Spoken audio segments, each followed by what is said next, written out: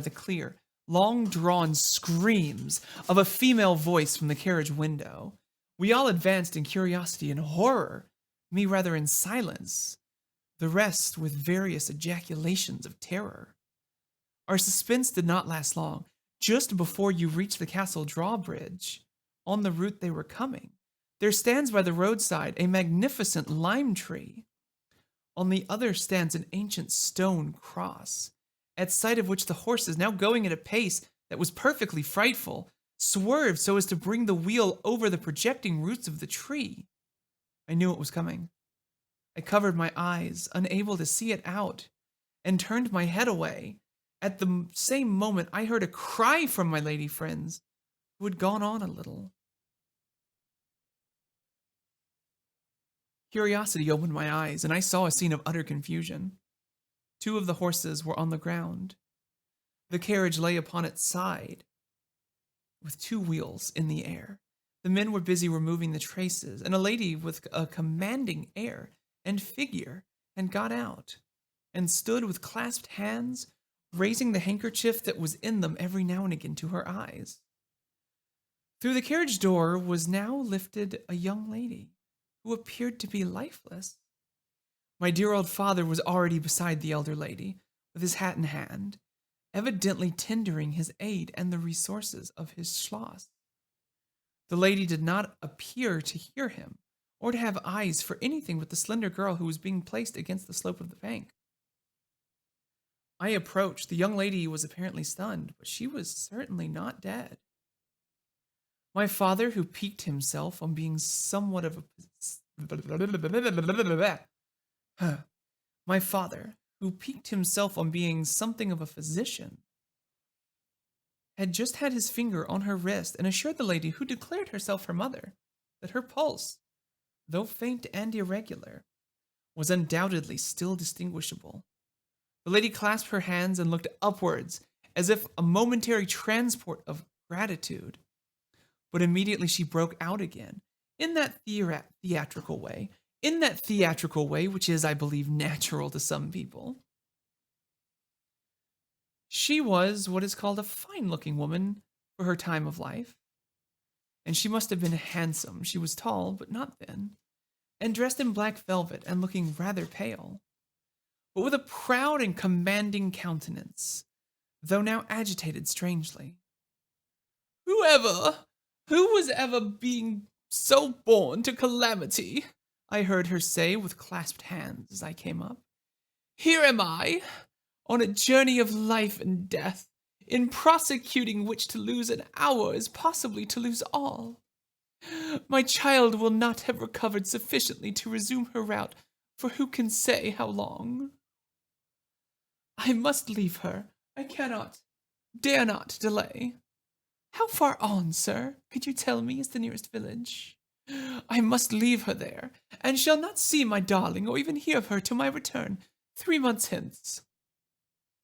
I plucked my father by the coat and whispered earnestly in his ear, Oh, papa, pray ask her to let her stay with us. It would be so delightful. Do, pray. If madame will entrust her child to the care of my daughter, and of her good gouvernante, Madame Perrodon, and permit her to remain as our guest under my charge until her return, it will confer a distinction and an obligation upon us, and we shall treat her with all the care and devotion which so sacred a trust deserves. I cannot do that, sir. It would be to task your kindness and chivalry too cruelly, said the lady, distractedly. It would, on the contrary, be to confer on us a very kind. It would, on the contrary, to be. Motherfucker, I cannot get this sentence out. It would, on the contrary, be to confer on us a very great kindness at the moment when we most need it. My daughter has just been disappointed by a cruel misfortune, in a visit from which she had long anticipated a great deal of happiness. If you confide this young lady to our care, it will be her best consolation. The nearest village on your route is distant, and affords no such inn, as you could think of placing your daughter at. You cannot allow her to continue her journey for any considerable distance without danger. If, as you say, you cannot suspend your journey, you must part with her tonight. And nowhere could you do so without more honest assurances of care and tenderness than here. There was something in this lady's air and appearance so distinguished and even imposing, and in her manner so engaging, as to impress me, quite apart from the dignity of her equipage, with a conviction that she was a person of consequence. By this time the carriage was replaced in its upright position, and the horses quite tractable in the traces again. The lady threw on her daughter a glance which I fancied was not quite so affectionate as one might have anticipated from the beginning of the scene. Then she beckoned slightly to my father, and withdrew 2 or 3 steps with him out of hearing, and talked to him with a fixed and stern countenance, not at all like that with which she had hitherto spoken. I was filled with wonder that my father did not seem to perceive the change, and also unspeakably curious to learn what it could be that she was speaking, almost in his ear, with so much earnestness and rapidity. 2 or 3 minutes at most, I think, she remained thus employed. Then she turned, and a few steps brought her to where her daughter lay, supported by the Madame Perrodon. She kneeled beside her for a moment and whispered, as Madame supposed, a little benediction in her ear. Then hastily kissing her, she stepped into her carriage. The door was closed. The footmen in stately liveries jumped up ahead. The footmen in stately liveries jumped up behind. The outriders spurred on.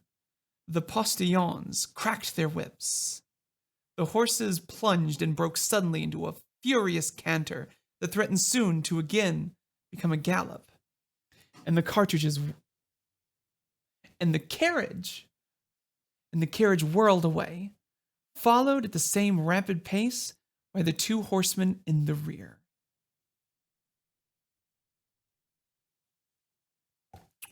That's a long fucking read. What that is, that's a long fucking read. This is going to be very good for building up yet more, what's the word I'm looking for? Stamina. Yet more stamina. Now let me re-enable all of my stuffs here. Let me find my stuffs what need enabling. I am left a little lightheaded, truth be told. Nope, that's not it. There's that. Okay, so I need chat box. I need chat box.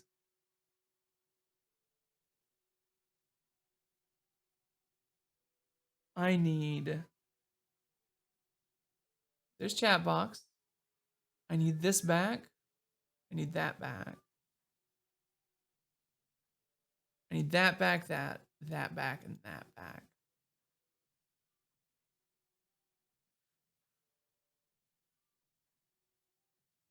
Okay. What happens? Boom. Is that all good? All good? Is that all working? Cool. Everything's good to go. Okay, so before we go and raid Tia, because we're going to raid Tia, what did you think? So thank you both for those follows during that moment, or during that reading session. Don't need those alerts. I do want my alerts back, though. There's one. Where's the other one? Where is trigger fire? There it is. It was nice.